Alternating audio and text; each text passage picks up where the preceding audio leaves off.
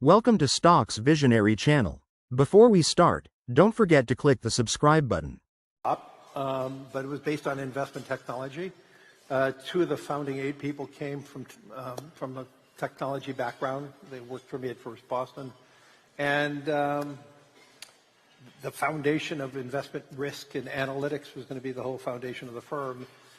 And we took that and systematically built it up. And there was nothing transformational in the first 10 years. It was just like sedimentary rock, a little layer of growth every year. And then we went public in 1999, 25 years ago. I did my 100th earnings call this last January, 100 earning calls. But going public was a very important point. We were able to prove to shareholders that we deserve a premium versus our industry in terms of PE. And then starting in 2004, we used that currency to start making acquisitions. And then over the course of the years, we built that up, and we built a global presence, a presence in equities.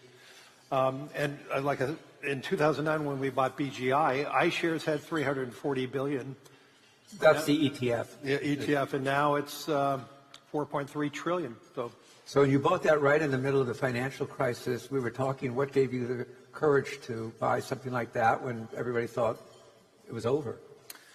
Yeah, I mean, we were hired by at least 15 governments to help them navigate the banking crisis in all the different countries, including hired by the Federal Reserve here on Bear Stearns and AIG. And so through the witnessing of these men and women in all these countries, the fortitude they had, the desire to stabilize the global economy, it was very clear to me that the global economy was going to stabilize, and so we used that as an opportunity to take advantage and buy this, premier asset that Barclays Bank owned. Right. Let's talk for a moment about the global economy. I know you're not going to do a forecast of the economy, but I've heard you in the last, certainly twice late last year, talk about concern about that people are underestimating inflation and the role of inflation in the economy. It was maybe the circumstances were different, but what's your sense now? I think this is one area where the market's discounting. That I think that over the course of the next 6 to 9 months, we're going to see a little more elevated inflation. I do believe deportations and the speed at which this is happening is going to have severe impact on the agricultural sector and the construction sector. I've talked to CEOs in the ag sector, and they remind me that 70% of the men and women who work in the ag culture were not born in the United States. Many of them are U.S. citizens now, many of them have work permits, and many of them don't. And 40% of the construction workers were not born in the United States. You add that up, and what's going on, I think we're going to start seeing, especially when spring and the spring crops arrive, are we going to have enough workers to harvest the crops? And all right, and now, with the whole idea that we're going to have to use a private capital to build out this economy, are we going to have enough workers? I've even told members of the Trump team that we're going to run out of electricians as we build out AI data centers. We just don't have enough. So all of this is going to just have embedded inflation in it. But over the course of the next few years, my belief is we're going to have big deflation because of the advancement of AI and robotics and how that's going to reshape the economy. So, short-term inflation, short-term issues, but long-term, I think we're going to see a real change in the long-term makeup of where inflation is going to be. So for the short term, it's really shortage of workers. Shortage of workers, but I believe one of the reasons why we had 20 years of deflationary pressures, which obviously harmed a lot of U.S. workers, but those deflationary pressures were because we had the ability to import quite a bit overseas. And that's what kept prices down for so long. The themes today are very different. As we start focusing on more, I would say, focusing on how to build our economies, and each country are trying to think about how do we build a more robust economy, we're walking away with some of the themes that really kept inflation contained or down. And I think if we all are becoming a little more nationalistic, and I'm not saying that's a bad thing, but it does resonate with me that it's going to have elevated inflation. When I go to Washington, when they talk about these policies, I ask, at what cost are you willing to tolerate that? Yes, we may have more opportunities to create better and more robust jobs, but then the offside of that will be, it will create probably a little more elevated inflation in the short run. Right. So we obviously a lot of conversations here this morning through the conference about AI, but I don't think anybody has raised the question that you raised about the deflationary impacts of AI over time. Maybe you might share your thinking on that. Well, I mean, if you see the advancements that what AI and robotics can do, it's going to change almost every business that we could think of. It's going to change, if you're just witnessing what's going on in Ukraine related to war and how war is being fought through drones, or how Israel was so successful in Lebanon with Hezbollah. You're seeing how technology even changes war, and I think this is going to be an accelerant. And I think President Trump and how they are re-looking at all the agencies right now. This is going to be, if you could overlay what technology can do, we probably need fewer people. It's going to change everything. And if you think about if war is fought in a whole different manner than we are used to, do we need as many people in our military going forward, or do we need a different type of person? And you can take that in every different business across the board, how that translates and how that transforms. I was with a CEO, an Asian CEO that builds phones, and they're now applying AI robots, robots that have much more tensile dexterity, that they believe over the course of the next 2 years, their workforce will be down 30% with the advent of more technology and more robotics. If you translate that across all the economies, everything, we're going to have shortages of jobs in some things, like I said, in construction and electricians, and we're going to have job changes in many other industries that robots through AI are going to supplant. So, in other words, if you're thinking farther down the road, you really have to think about the social implications and the social adjustments, turmoil. The social implications are pretty frightening, and we have to be thoughtful about it. We have to be working towards this. We, the private sector, must work with government and work together. And how can we shape this together? Right. So that's something that will. Right. Yeah. Something else that you've talked about is, actually relates to energy. Energy pragmatism is a phrase you've used. Yeah. Things we know don't stay the same. And it's always struck me about energy, whatever the conventional wisdom is, 2 or 3 years later, it's changed. How is your thinking about energy and how to approach energy, climate, environmental questions? Well, Dan, you wrote a really good piece on this. Foreign Affairs. Yeah, Foreign Affairs, what, a month ago? Yeah, right. I mean, I could just copy what you just said, but with 2 other people. But it was a really good piece with Peter. And Atul. Yeah. Right. I think the wake-up call in Europe related to energy, I think across the board, we have to think about power and energy in a pragmatic way.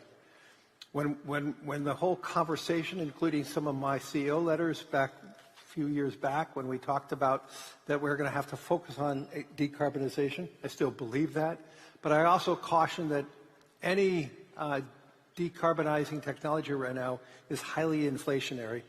And I think the market has... For the reasons you've said, because of cost of the technology. Cost of technology, and we don't have that. I mean, everyone talks about the opportunity with hydrogen. Well, we can have green hydrogen and blue hydrogen, but is anybody willing to pay the cost?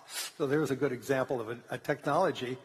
But across the board, we have to be working side by side in trying to find ways of reducing the costs of wind and solar and other energy sources. But let's be clear, we're going to be dependent on dispatchable power for a long, long time.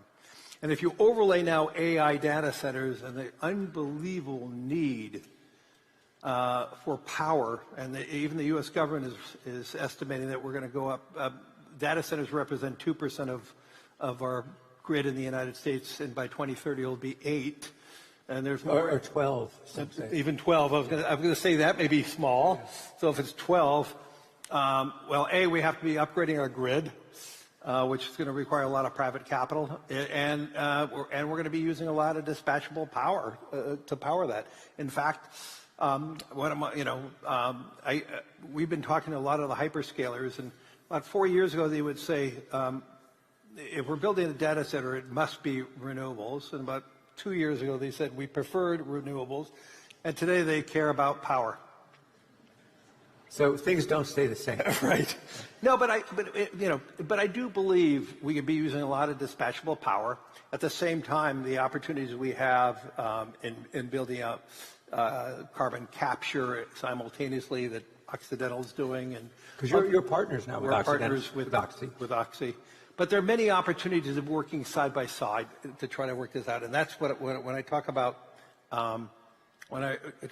pragmatism, it's that how to solve these problems in a holistic way. And I think, look, the United States has huge opportunities in doing this. But let's pause for a second. We still do not have a proper strategy related to nuclear. At the present time, China is building out 100 gigawatts of power this year using nuclear. Within 5 years, China is going to have probably the majority, if not 100% of their internal combustion cars are going to be electric. And so we just have to be aware of how the world is changing and rapidly changing. But in the United States, because of our blessings of our geology, that we have all the dispatchable power that we need, let's be clear, gas is going to play a major role in the United States for tens of years, and maybe 50 plus years. Should we think that maybe BlackRock is going to do something in the data center? Well, we already announced a partnership with MGX of Abu Dhabi with NVIDIA and Microsoft. We will have a lot more to announce in the coming weeks about our other partners. Let me just leave it at that without revealing anything more. Right. But we're working around the world in terms of... This fund will have 65% of the capital that's going to go to be invested here in the United States, and 35% elsewhere, working alongside with the U.S. government. The big issue will be export permits on advanced technologies. Right. So I've read and heard you talk about the relationship between infrastructure, debt, AI, energy, as a related set of issues, and I'd like to unpack it and start with your concerns or how you view, I think, is it $36 trillion or $37 trillion of U.S. debt, and how you manage debt that exceeds GDP. I wrote about this in my last year letter, and this coming letter that's coming out will be a part of it. I'm frightened of our deficits. Our interest payments are now larger than what we were paying for defense. And at the pace, well, let's level set. In the year 2000, the U.S. deficits were $8 trillion. That's after 230 odd years as a nation. And in the last 24 years, our deficit went from 8 to 36. And we can't continue at this pace. And the only way we can navigate this, it's not by cutting, because cutting is going to destroy the economy. We must grow the economy. And I wrote that we must, and I wrote this in an editorial in the Wall Street Journal on Election Day, we have to encourage more and more private capital. And this is why, if we can reduce the timing of permits, reducing regulatory burdens, we could have a real opportunity. There's huge pools of long-term capital that is looking to invest, whether it's in data centers or ports or other things like that, that throws off, a low double-digit return, mid-teens returns, that pension funds, sovereign wealth funds, insurance companies would love to be investing side by side. And so the key about our deficits, we have to change our mindset in the United States that we cannot have deficit financing building everything. We need to be, and that goes to also municipal financing, because we're taxing all the municipalities too, because we have such huge, it's estimated we have over $2 trillion as a country in deferred maintenance. And so the need to employ both private capital working alongside with the public sector is going to be tantamount for us to grow out of our deficits. And if we don't do that, our deficit's going to burden us and burden our children, our grandchildren. And it's going to really be the biggest impact. Let me just say one other thing. If there is ever a question on the vitality and the importance of the American dollar, that's where the deficits will really be impacted, because 40% of our deficits are financed by foreigners. That's not a good position, especially, with all the geopolitical issues that are going on right now. And so we just need to be much more mindful. But there are answers, and the answers are, let's work with the private sector. Let's try to find private capital together, working together to build out our infrastructure, and to get our economy to grow 3+% over the next 10 years. If we could pull that off, our deficits are going to be a smaller percent of GDP. And that means the role of capital markets being... Well, yes, the role of capital markets, one of the great things that are going on right now in the United States is, and I think we underestimate the power of the U.S. capital markets. We're the envy of the world. So much of the U.S. exceptionalism is our capital markets. If you're a startup company with a good idea, you could get capital in the United States. You probably can't get that in most other countries in the world. If you're a small and medium company, you could get money from a bank, or you could get money from the capital markets, private debt, whatever that may be. And because of that, we have the strongest banking system in the world alongside the strongest capital market system in the world. If you now go look back to Europe, why has Europe so much struggled? Well, they don't have a banking union, they don't have a capital market union, and they have been struggling to build around that, and it hasn't happened. We are working with many different countries right now about building out the capital markets in the various countries. They see the value of having domestic savings in the country to invest back in their own country. We're launching a big retirement platform in India, offering low-cost ETFs, almost in a microfinance way with Reliance Jio. We're working in Saudi Arabia, in the kingdom right now, to build a mortgage-backed securities market, because there's not enough capital to finance home ownership in the kingdom. And so across the board, there are opportunities. And so the future is going to be, for economic growth in every country, is having a robust banking system alongside a robust capital markets. So, when one says a 36 or 37 trillion, there's a tendency almost to become numb to it. But when you look at that and see it continuing to grow like that, say a little more about what the apocalypse looks like. I mean, is it the dollar collapses? Is it? Yeah. Or no, the dollar will be weakening, and through the weakening of the dollar, interest rates go up aberrantly too high. I mean, our central bank and most central banks control the short end. And so... The short end of interest rates. Yes, short end of interest rates, excuse me. But the long end is going to be a function of inflation, a function of demand, and that's how it's going to all play out.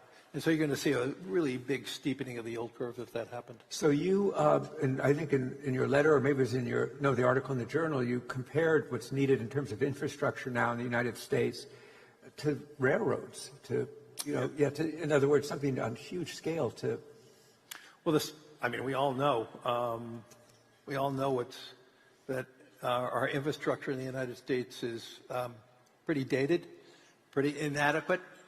We're working with the state of Texas right now, how to making sure that Texas avoids brownouts. I mean, the most energy-rich state, and yet because of the model, and we've been working with the government here And through the government's programs, they're building out now more capacity here to have less of a energy problem here in Texas. But the need for private capital is greater than ever before, but the capital is there. That's the beauty of it. All right. And what are you doing in Texas? I mean, can you elaborate on that? Yeah. Let's see, we have with Texas Energy Company, we have about $108 billion invested in the energy companies. We own, I think, as last I looked, 6.5% of all the municipal bonds that are issued by Texas. We have offices here ourselves now in Texas. We're pretty active in Texas. Right, okay. And Houston, with the mayor here. And in Houston. We own a lot of the Houston municipal debt. Well, what got a lot of attention in terms of infrastructure investing and maybe misrepresented in the press, the notion that BlackRock had bought the Panama Canal. I think you've tried to correct that impression and also making it clear that it wasn't just, first it was ports, and it wasn't just Panama. So tell us what you've done and why you've done it. Well, first of all, my kids called me and said, BlackRock bought the Panama Canal, can we go on it? And I said, we did not buy the Panama Canal. This is something we've been working with the seller, Hutchison Whampoa, for some time, but it was a very concentrated period, about 2 weeks, where they've been faced with a very poor stock price for some time. From our estimates, Hutchison was trading at 30% a book. And they decided, after much deliberation, to see what the market would take related to selling. There are 44 ports in 32 countries. I mean, there are 6 of the ports are in the Suez Canal. No one ever mentions that one, or all the other ports that are around there. Six just in the Suez Canal. Yeah. But through through GIP, which is a company we bought last year, there was a partnership between GIP, BlackRock, and the largest shipping company in the world. And they own a port company called Till. We had the most strategic, I would say, partnership to build this out. And through this acquisition, we are going to have 100 ports in our portfolio. And we look at this as a real milestone and a real opportunity. Unfortunately, the far left and the far right didn't mention that we bought 44 ports. They mentioned we bought 2. And so the total consideration, I would say the 2 ports in Panama represent about 4% of the total consideration value of that transaction. But that's another great example of private capital coming there. The amount of demand that we have heard from our LPs, our co-investors across the board, I believe we probably could syndicate this about 3 times. Are ports a good business? It's a great, stable business. If you believe that the world can grow at 2 or 3%, maybe 3.5% a year, that means even with tariffs and other things, it means the ports are going to be quite active, and they're going to throw off, as I said, 15, 16 type of percent return. And it's, I guess, a conviction about a global economy. Yeah, and we are a firm believer that the world economies over a long cycle are going to be fine. There are going to be opportunities, and the need for global trade is only going to be larger and stronger, not weaker. Yeah. And do these ports all work as one? Will they all work as one company, or is each one a sort of standalone venture? Well, I mean, Panama has, I think, 5 or 6 different ports, so there's different owners there, and each of them have different concessions depending on the country where they are. But we'll see how this all. Are you going to give your kids a tour? No. Okay. They can go on their own. For this audience that's thinking it's 37 years since you got started, a lot of change in the capital markets. You talked about some of the landmarks. I wonder just what stands out at the most, and when you look to the future of the capital markets, what's changing now, and what do you see ahead? I know it's a big question, but no. But Dan, every year we're seeing the capital markets doing more. I mean, think about the growth of private credit. The growth of the private credit market has been extraordinary, and it happened at the same time when the banking regulators raised capital standards to the banking system, and that was the beauty of America because we had a capital market. So if you think about it, post the great the financial crisis of 08, 09, banking regulators raised banking capital standards by 25%. Well, that sucks out 25% of available credit. And that's why it took Europe a lot longer to rebound. But the United States, the capital markets was robust. And as you watched over time how much more the capital markets took on the responsibility of financing small companies, medium companies, opportunities. And to me, this is what's every political leader I talk to is asking the question, how do we build out our capital markets? Even a country that has a pretty strong capital markets like Japan, a year and a half ago, the Kishida government doubled the tax exemption for putting money into your own self-retirement plan. And it was no coincidence. After that was announced and after people were putting more and more money away on a tax-exempt basis, how much the Japanese stock market rallied. And it was a great example of if we could get savers into long-term investors, and this is a lot of my letter that will come out in the next few weeks, savers that turn into investors and investing back into your economy, the multiplier effect that is so much more enormous. And this is why I spend so much time talking about retirement. In fact, on Wednesday, we have this big retirement conference in Washington, D.C., and we believe retirement is one of the great crises of America that nobody wants to talk about. And I'm an optimist. I'm really optimistic about the world. I'm optimistic that the U.S. exceptionalism will continue. The one area where I'm frightened of, if we cannot get more people to feel more comfortable that they can be living their retirement years in dignity, we're in trouble. And I think a lot of the uncertainty we see, the angst we see now is so many Americans are ill-prepared to retire with any pool of savings so they can live in dignity. And this is a crisis that we don't talk about, and those are the things that I worry about. And I just juxtapose, we did not talk about the credit bubble in 07, 06. But you saw this bubble, and everybody was just joyous over that opportunity, what was going on. And sure enough, that was the bubble that burst in 2000. So you're willing to talk about the crisis? I'm surprised how many members of Congress are coming to the conference, but this is something that we all have to be focused on. Every CEO in the audience, we need to be focused on how to ensure our employees have the right financial literacy so that they can navigate their own retirement. As we moved away from defined benefits to defined contributions, so we took the liability off us, passed the liability onto the individual, but we have not provided as a country, as companies, enough of the financial literacy issues to help them guide over this long journey. And the problem is it is a long journey. It's a 20, 30, 40-year, 50-year journey for so many people. And because it's a long journey, we don't talk about it because, today we're talking about the immediacy of issues, not about this long journey. And until we start addressing this crisis is only going to get bigger. And so this is what this retirement.